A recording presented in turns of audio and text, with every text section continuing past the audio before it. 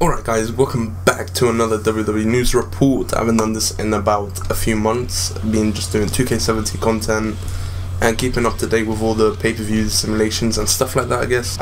Especially when WWE 2K18 comes out in October. There'll be loads of news, obviously, way before that.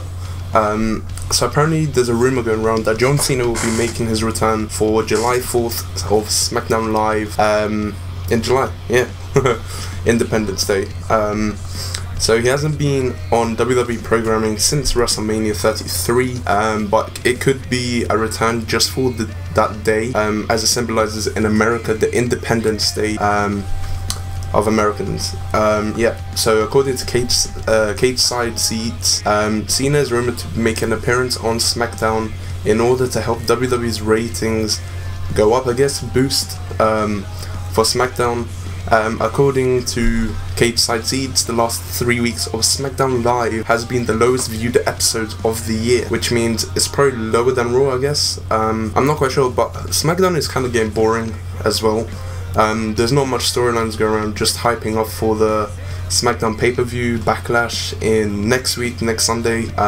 Yeah, so they have good match card for Backlash. I'm not really expecting too much from it, just AJ Styles versus Kevin Owens and Shinsuke Nakamura versus Dolph Ziggler, which will be one of the headlines for the Payback card. So what's next for John Cena? So apparently he is returning on the 4th of July edition of SmackDown Live. If he does return, it will be something to do with Independence Day, as the edition of SmackDown will be a tribute to Independence Day of Americans. So yeah, John Cena is probably going to return on the 4th of July and enter a program with Shinsuke Nakamura. That's what I can tell by all the rumors going around John Cena versus Shinsuke Nakamura, which may lead to like another 3 matches or something like that, including SummerSlam, unless John Cena does not participate at SummerSlam this year in New York, I think it is. I'm not quite sure where it is.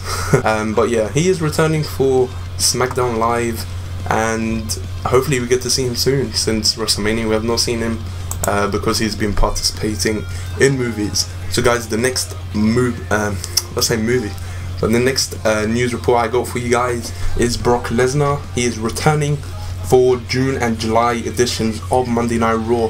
So it says, what's next for the Beast? As you know, Braun Strowman has been injured for the past week. As you know, last week on Raw in London, that Roman Reigns did return, and he did send and write off Braun Strowman from WWE. According to some new websites, Braun Strowman has been injured and has been dealing with an arm injury or elbow injury, something like that. But yeah, so I guess the Monster Among Men is not going to be in a program with Brock Lesnar until July, before SummerSlam, I guess. Yeah. Yep. So the next few dates for Raw will be hyping up Universal Champion Brock Lesnar for the Great Balls of Fire pay-per-view event in July. So all of Lesnar's scheduled appearances are on the following venues: June 12th in Lafayette, Louisiana, June 26th in Los Angeles, July 3rd in Phoenix, Arizona, and July 10th in Houston, Texas. So in my opinion, they're gonna hype up before the Great Balls of Fire event. I'm not quite sure who Brock's opponent might be. It's rumored to be either Finn Balor, Braun Strowman, or Seth Rollins. In my opinion, I mean, don't get me wrong, Braun Strowman is kind of a beast, don't get me wrong. Him and Brock Lesnar would just shut the whole thing down. But according to Cage Side Seeds, the rumor is that Lesnar was unusually busy in the lead up to WrestleMania, with Raw appearance scheduled for all but one Monday from January 16th to March 20th, just before WrestleMania.